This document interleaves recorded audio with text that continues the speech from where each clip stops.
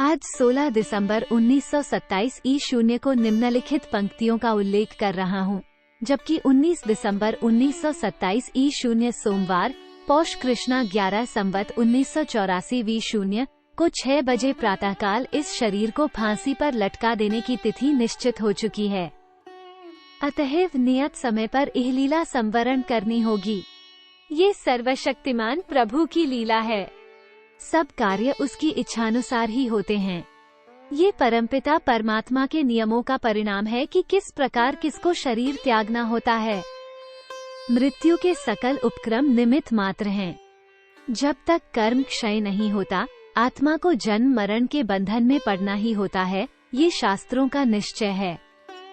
यद्यपि यह बात वो परब्रह्म ही जानता है कि किन कर्मों के परिणाम स्वरूप कौन सा शरीर इस आत्मा को ग्रहण करना होगा, किंतु अपने लिए यह मेरा दृढ़ निश्चय है कि मैं उत्तम शरीर धारण कर नवीन शक्तियों सहित अति शीघ्र ही पुनः भारतवर्ष में ही किसी निकटवर्ती संबंधी या इष्ट मित्र के गृह में जन्म ग्रहण करूंगा, क्योंकि मेरा जन्मांतर उद्देश्य रहेगा कि मनुष्य मात्र को सभी प्रकृति पदार्थों पर समानाधिकार प्राप्त हो।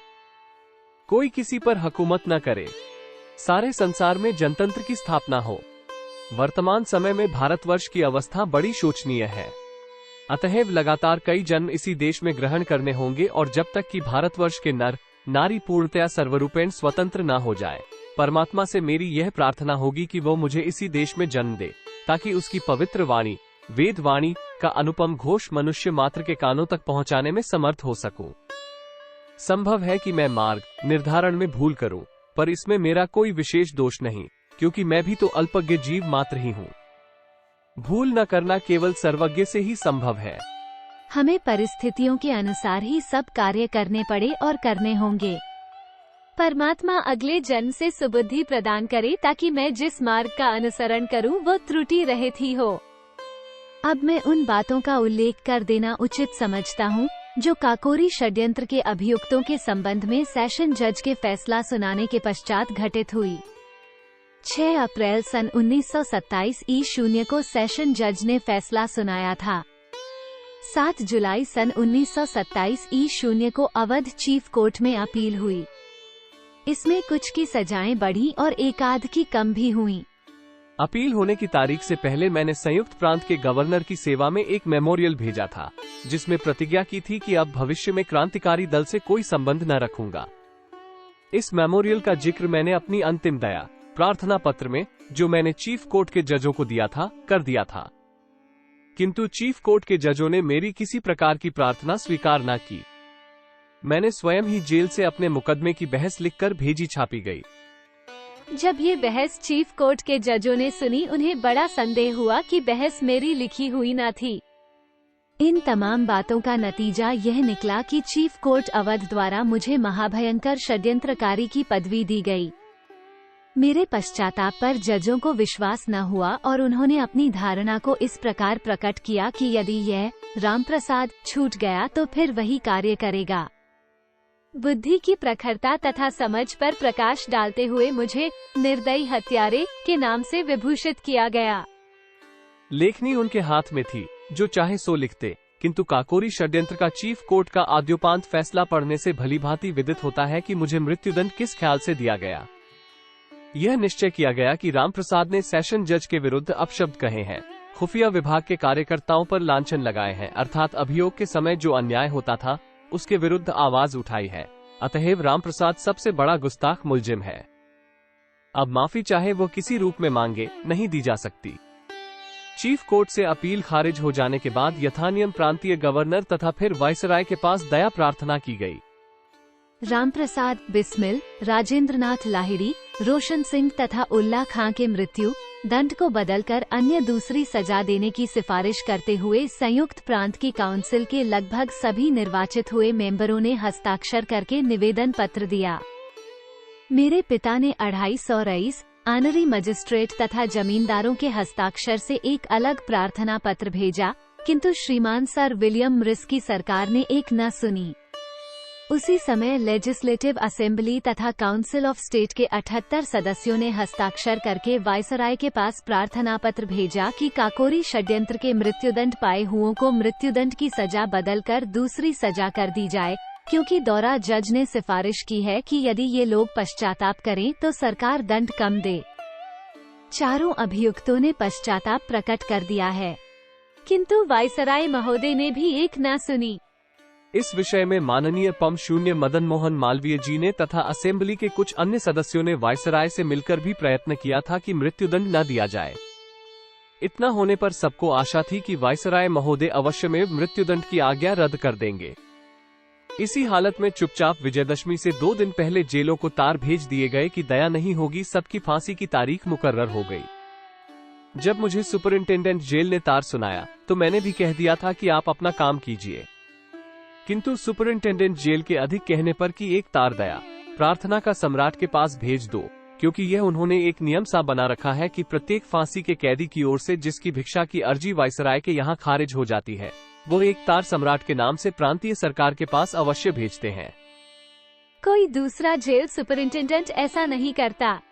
उपरोक्त तार लिखते समय मेरा कुछ विचार हुआ कि प्रिवी काउंसिल इंग्लैंड में अपील की जाए। मैंने श्रीयुत मोहनलाल सक्सेना वकील लखनऊ को सूचना दी। बाहर किसी को वायसराय द्वारा अपील खारिज करने की बात पर विश्वास भी न हुआ। जैसे तैसे करके श्रीयुत मोहनलाल द्वारा प्रिवी काउंसिल में अपील कराई गई। नतीजा तो पहले से मालूम था, वहां से भी अपील खारिज हुई। ये जानते हुए कि अंग्रेज सरकार कुछ भी न सुनेगी, मैंने सरकार को प्रतिज्ञा पत्र क्यों लिखा, क्यों अपीलों पर अपीलें तथा दया प्रार्थनाएं की। इस प्रकार के प्रश्न उठ सकते हैं। समझ में सदैव यही आया कि राजनीति एक शतरंज के खेल के समान है। शतरंज के खेलने वाले भली भांति जानते हैं कि आवश्यकता होने पर किस प्रकार अपने मोहरे मरवा देने पड़ते हैं।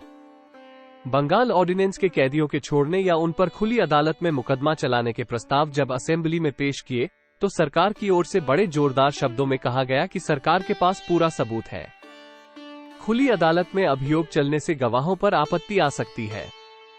यदि ऑर्डिनेंस के कैदी लेखबद्ध प्रतिज्ञा पत्र दाखिल कर दें कि वे भविष्य में क्रांतिकारी आंदोलन से कोई संबंध न रखेंगे, तो सरकार उन्हें रिहाई देने के विषय में विचार कर सकती है। बंगाल में दक्षिणेश्वर तथा शोभा बाजार बम केस ऑर्डिनेंस के बाद चले। खुफिया विभाग के डिप्टी सुपरिंटेंडेंट के कत्ल का मुकदमा भी खुली अदालत में हुआ और भी कुछ हथियारों के मुकदमे खुली अदालत में चलाए गए, किंतु कोई एक भी दुर्घटना या हत्या की सूचना पुलिस न दे सकी। काकोरी षड्यंत्र केस पूरे 1.5 साल तक खुली अदालतों में चलता रहा। सबूत की ओर से लगभग 300 गवाह पेश किए गए। कई मुखबिर तथा इकबाली खुले तौर से घूमते रहे, पर कहीं कोई दुर्घटना या किसी को धमकी देने की कोई सूचना पुलिस ने न दी। सरकार की इन बातों की पोल खोलने की गरज से मैंने लेखबद्ध बंधेज सरकार को दिया। सरकार के कथनानुसार जिस प्रकार बंगाल ऑर्डिनेंस के कैदियों के संबंध में सरकार के पास पूरा सबूत था और सरकार उनमें से अनेकों को भयंकर षड्यंत्रकारी दल का सदस्य तथा हत्याओं का जिम्मेदार समझती तथा कहती थी, तो इसी प्रकार काकोरी षड्यंत्रकारियों के लेखबद्ध प्रतिज्ञा करने पर कोई गौर क्यों न किया। बात यह है कि जबरा मारे रोने न दे। मुझे तो भली भांति मालूम था कि संयुक्त प्रांत में जितने राजनीतिक अभियोग चलाए जाते हैं, उनके फैसले खुफिया पुलिस की इच्छानुसार लिखे जाते हैं। बरेली पुलिस कांस्टेबलों की हत्या के अभियोग में नितांत निर्दोष नवयुवकों को फंसाया गया और C0I0D0 वालों ने अपनी डायरी दिखलाकर फैसला लिखाया। काकोरी षड्यंत्र में भी अंत में ऐसा ही हुआ। सरकार की सब चालों को जानते हुए भी मैंने सब कार्य उसकी लंबी लंबी बातों की पोल खोलने के लिए ही किए। काकोरी के मृत्युदंड पाए हुओं की दया प्रार्थना न स्वीकार करने का कोई विशेष कारण सरकार के पास नहीं। सरकार ने बंगाल ऑर्डिनेंस के कैदियों के संबंध में जो कुछ कहा था, सो काकोरी वालों ने किया। मृत्युदंड को रद्द कर देने से देश में किसी प्रकार की शांति भंग होने अथवा किसी विप्लव के हो जाने की संभावना न थी। विशेषतया तब जबकि देश भर के सब प्रकार के हिंदू मुस्लिम असेंबली के सदस्यों ने इसकी सिफारिश की थी। षड्यंत्रकारियों की इतनी बड़ी सिफारिश इससे पहले कभी नहीं हुई, किंतु सरकार तो अपना पास सीधा रखना चाहती है। उसे अपने बल पर विश्वास है। सर विलियम रिस ने ही स्वयं शाहजहांपुर तथा इलाहाबाद के हिंदू मुस्लिम दंगों के अभियुक्तों के मृत्युदंड रद्द किए हैं, जिनको कि इलाहाबाद हाईकोर्ट से मृत्युदंड ही देना उचित समझा गया था और उन लोगों पर दिन दहाड़े हत्या करने के सीधे सबूत मौजूद थे। ये सजाएं ऐसे समय माफ की गई थी जबकि नित्य नए हिंदू मुस्लिम दंगे बढ़ते ही जाते थे। यदि काकोरी के कैदियों को मृत्युदंड माफ करके दूसरी सजा देने से दूसरों का उत्साह बढ़ता, तो क्या इसी प्रकार मजहबी दंगों के संबंध में भी नहीं हो सकता था? मगर वहाँ तो मामला कुछ और ही है, जो अब भारतवासियों के नर्म से नर्म दल के नेताओं के भी शाही कमीशन के मुकर्रर होने और उसमें एक भी भारतवासी के न चुने जाने, पार्लियामेंट में भारत सचिव लॉर्ड बर्कनहेड के तथा अन्य मजदूर नेताओं के भाषणों से भली भांति समझ में आया है कि किस प्रकार भारतवर्ष को गुलामी की जंजीरों में जकड़े रहने की चालें चली जा रही हैं। मैं प्राण त्यागते समय निराश नहीं हूँ कि हम लोगों के बलिदान व्यर्थ गए। मेरा तो विश्वास है कि हम लोगों की छिपी हुई आहों का ही यह नतीजा हुआ कि लॉर्ड बर्कनहेड के दिमाग में परमात्मा ने एक विचार उपस्थित किया कि हिंदुस्तान के हिंदू मुस्लिम झगड़ों का लाभ उठाओ और भारतवर्ष की जंजीरें और कस दो। गए थे रोजा छुड़ाने, नमाज गले पड़ गई। भारतवर्ष के प्रत्येक विख्यात राजनीतिक दल ने और हिंदुओं के तो लगभग सभी तथा मुसलमानों के अधिकतर नेताओं ने एक स्वर होकर रॉयल कमीशन की नियुक्ति तथा उसके सदस्यों के विरुद्ध घोर विरोध व्यक्त किया है और अगली कांग्रेस मद्रास पर सब राजनीतिक दल के नेता तथा हिंदू मुसलमान एक होने जा रहे हैं। वायसराय ने जब हम काकोरी के मृत्युदंड वालों की दया प्रार्थना अस्वीकार की थी, उसी समय मैंने श्रीयुत मोहनलाल जी को पत्र लिखा था कि हिंदुस्तानी नेताओं को तथा हिंदू मुसलमानों को अगली कांग्रेस पर एकत्रित हो हम लोगों की याद मनानी चाहिए। सरकार ने अशफाकुल्ला को रामप्रसाद का दाहिना हाथ करार दिया। अशफाकुल्ला कट्टर मुसलमान होकर पक्के आर्य समाजी रामप्रसाद का क्रांतिकारी दल के संबंध में यदि दाहिना हाथ बनते, तब क्या नए भारतवर्ष की स्वतंत्रता के नाम पर हिंदू मुसलमान अपने निजी छोटे छोटे फायदों का ख्याल न करके आपस में एक नहीं हो सकते? परमात्मा ने मेरी पुकार सुन ली और मेरी इच्छा पूरी होती दिखाई देती है। मैं तो अपना कार्य कर चुका।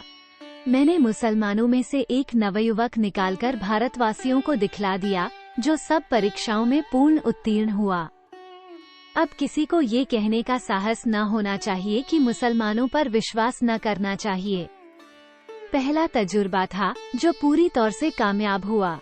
अब देशवासियों से यही प्रार्थना है कि यदि वे हम लोगों के फांसी पर चढ़ने से जरा भी दुखित हुए हों, तो उन्हें यही शिक्षा लेनी चाहिए कि हिंदू मुसलमान तथा सब राजनीतिक दल एक होकर कांग्रेस को अपना प्रतिनिधि माने। जो कांग्रेस तय करे उसे सब पूरी तौर से माने और उस पर अमल करें। ऐसा करने के बाद वो दिन बहुत दूर न होगा जबकि अंग्रेजी सरकार को भारतवासियों की मांग के सामने सिर झुकाना पड़े, और यदि ऐसा करेंगे तब तो स्वराज्य कुछ दूर नहीं, क्योंकि फिर तो भारतवासियों को काम करने का पूरा मौका मिल जाएगा। हिंदू मुस्लिम एकता ही हम लोगों की यादगार तथा अंतिम इच्छा है, चाहे वह कितनी कठिनता से क्यों न प्राप्त हो। जो मैं कह रहा हूँ वही श्री अशफाकुल्ला खां वारसी का भी मत है, क्योंकि अपील के समय हम दोनों लखनऊ जेल में फांसी की कोठरियों में आमने सामने कई दिन तक रहे थे। आपस में हर तरह की बातें हुई थीं। गिरफ्तारी के बाद से हम लोगों की सजा बढ़ने तक श्री अशफाकुल्ला खां की बड़ी भारी उत्कट इच्छा यही थी कि वह एक बार मुझसे मिल लेते, जो परमात्मा ने पूरी की। श्री अशफाकुल्ला खां तो अंग्रेजी सरकार से दया प्रार्थना करने पर राजी ही न थे। उसका तो अटल विश्वास यही था कि खुदाबंद करीम के अलावा किसी दूसरे से प्रार्थना न करनी चाहिए, परंतु मेरे विशेष आग्रह से ही उन्होंने सरकार से दया प्रार्थना की थी। इसका दोषी मैं ही हूँ, जो मैंने अपने प्रेम के पवित्र अधिकारों का उपयोग करके श्री अशफाकुल्ला खां को उनके दृढ़ निश्चय से विचलित किया। मैंने एक पत्र द्वारा अपनी भूल स्वीकार करते हुए भ्रातृ द्वितीया के अवसर पर गोरखपुर जेल से श्री अशफाक को पत्र लिखकर क्षमा प्रार्थना की थी। परमात्मा जाने कि वो पत्र उनके हाथों तक पहुंचा भी था या नहीं।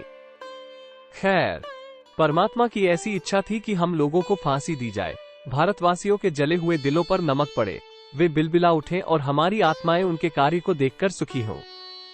जब हम नवीन शरीर धारण करके देश सेवा में योग देने को उद्यत हों, उस समय तक भारतवर्ष की राजनीतिक स्थिति पूर्णतया सुधरी हुई हो, जनसाधारण का अधिक भाग सुरक्षित हो जाए, ग्रामीण लोग भी अपने कर्तव्य समझने लग जाएं, प्रिवी काउंसिल में अपील भिजवाकर मैंने जो व्यर्थ का अपव्यय करवाया, उसका भी एक विशेष अर्थ था।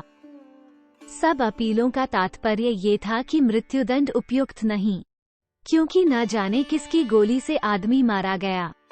अगर डकैती डालने की जिम्मेदारी के ख्याल से मृत्युदंड दिया गया तो चीफ कोर्ट के फैसले के अनुसार भी मैं ही डकैतियों का जिम्मेदार तथा नेता था, और प्रांत का नेता भी मैं ही था। अतएव मृत्युदंड तो अकेला मुझे ही मिलना चाहिए था, अन्य 3 को फांसी नहीं देनी चाहिए थी। इसके अतिरिक्त दूसरी सजाएं सब स्वीकार होती। पर ऐसा क्यों होने लगा? मैं विलायती न्यायालय की भी परीक्षा करके स्वदेशवासियों के लिए उदाहरण छोड़ना चाहता था कि यदि कोई राजनीतिक अभियोग चले तो वे कभी भूल करके भी किसी अंग्रेजी अदालत का विश्वास न करें। तबीयत आए तो जोरदार बयान दें, अन्यथा मेरी तो राय है कि अंग्रेजी अदालत के सामने न तो कभी कोई बयान दें और न कोई सफाई पेश करें। काकोरी षड्यंत्र के अभियोग से शिक्षा प्राप्त कर लें। इस अभियोग में सब प्रकार के उदाहरण मौजूद हैं।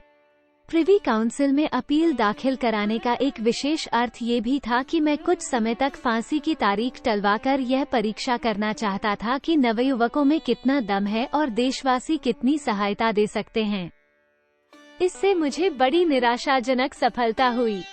अंत में मैंने निश्चय किया था कि यदि हो सके तो जेल से निकल भागूं। पैसा हो जाने से सरकार को अन्य 3 फांसी वालों की सजा माफ कर देनी पड़ेगी, और यदि न करते तो मैं करा लेता। मैंने जेल से भागने के अनेकों प्रयत्न किए, किंतु बाहर से कोई सहायता न मिल सकी। यही तो हृदय को आघात लगता है कि जिस देश में मैंने इतना बड़ा क्रांतिकारी आंदोलन तथा षड्यंत्रकारी दल खड़ा किया था, वहां से मुझे प्राण रक्षा के लिए एक रिवाल्वर तक न मिल सका। एक नवयुवक भी सहायता को न आ सका। अंत में फांसी पा रहा हूँ। फांसी पाने का मुझे कोई शौक नहीं, क्योंकि मैं इस नतीजे पर पहुंचा हूँ कि परमात्मा को यही मंजूर था।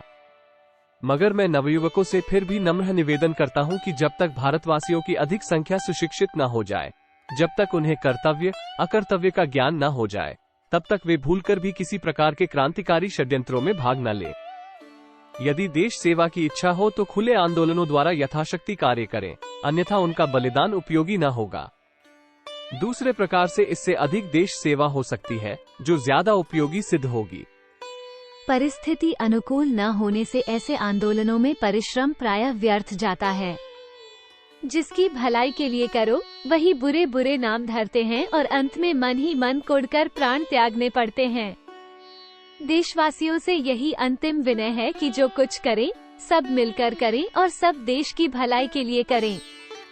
इसी से सबका भला होगा। मरते बिस्मिल, रोशन, लहरी, अशफाक अत्याचार से होंगे पैदा सैकड़ों इनके रुधिर की धार से। राम प्रसाद बिस्मिल।